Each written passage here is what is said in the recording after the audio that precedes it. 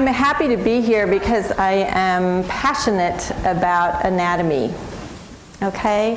And I think anatomy is the basis of not only medical school, but physical therapy school and some of the other professional schools that we have here at UCSF. And I get very excited trying to make anatomy clinically relevant. And that's my goal for this evening, is to bring that clinical relevance back to you, okay? Because I know you've all had clinical procedures done. So we're going to go through several clinical procedures and talk about CPR, or cardiopulmonary resuscitation, okay? Cardio refers to heart, pulmonary refers to the lungs, and resuscitation is bringing those back to life, if you will. If you've ever taken a CPR class, they've tried to teach you the ABCs to give you something to remember, and those stand for airway, breathing, and circulation. And we're going to talk about those one by one.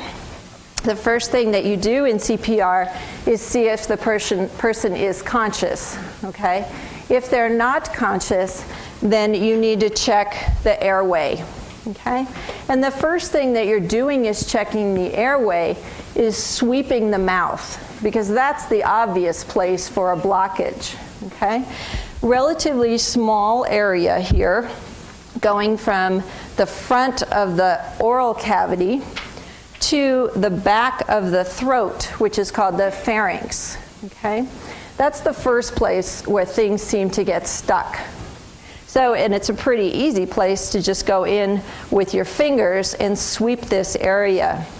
The anatomical structures that are here that you want to be careful of are, of course, the teeth in the upper jaw, or the mandible, the teeth in the lower jaw, maxilla, the teeth in the lower jaw of the mandible, the tongue, so you may need to pull the tongue forward to gain access to the rest of the oral cavity.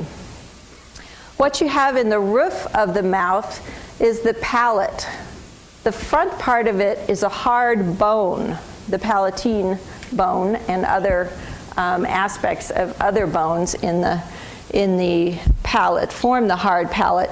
And then from the back of the hard palate, there is a more flexible, soft palate. And then hanging from that soft palate is a muscular structure called the uvula here. That's perfectly normal. When you look in somebody's mouth and look to the sides, if they haven't had their tonsils removed, then you'll see these lymphoid structures, the tonsils. The tonsils are there to help catch pathogens, infectious material that you take in to the oral cavity. They're there to protect the respiratory system and the digestive system.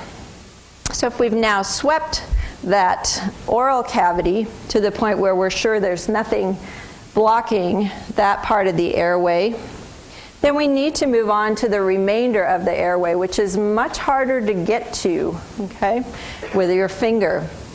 In this view on the left, you're looking at just the bony and cartilaginous structures, the cartilage structures that are making up the skull and the airway. So here's our upper teeth in the maxilla, the lower teeth in the mandible.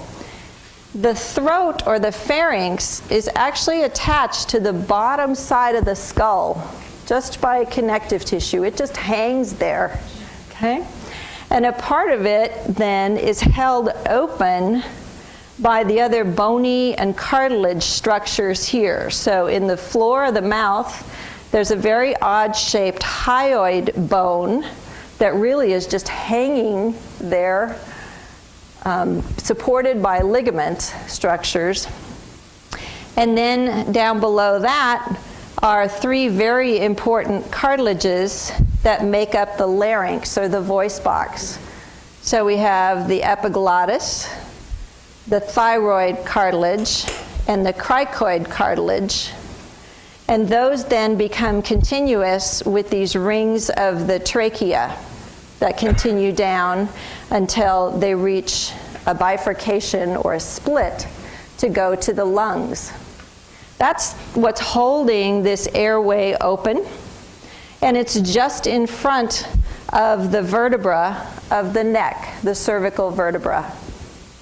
If you were to look at that same organization now with the muscles intact, but split the body in half, okay, so that you're looking at what we call a bisected view. It's just as if you're taking somebody, splitting them in half and looking at one side. In this case, again, you can see the upper teeth, lower teeth. Now we've got the view of the tongue in the oral cavity, much larger than you can ever imagine looking from the front. We've got the hard palate at the roof of the mouth, the soft palate, and the uvula hanging from that.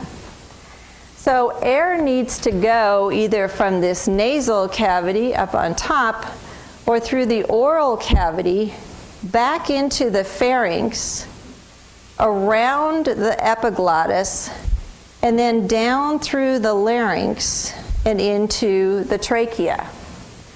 One of the things that you can see in the larynx here are the very small vocal cords.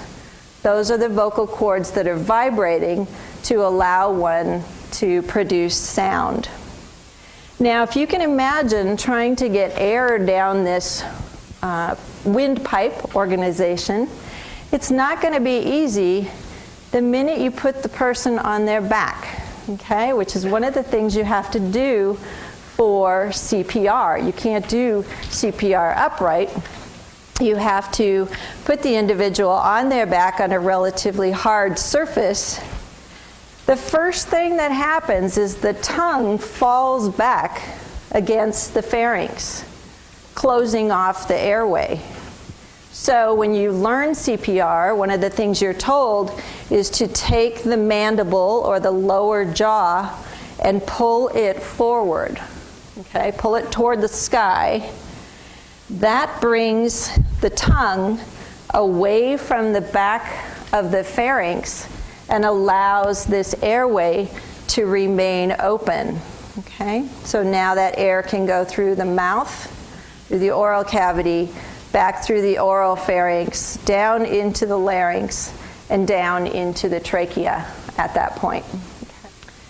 Okay, so we've got the air taken care of. Now we have to think about breathing. Because this person is unconscious, they are unable to breathe on their own. Normally the diaphragm down below the lungs here would be contracting and allowing the lungs to bring in air, okay? But that diaphragm is not functioning, so we need to move air now down the trachea into the primary bronchi, one on the right and one on the left, and then down through smaller and smaller airways into the lungs. So one of the things you have to think about in trying to get air into this system in breathing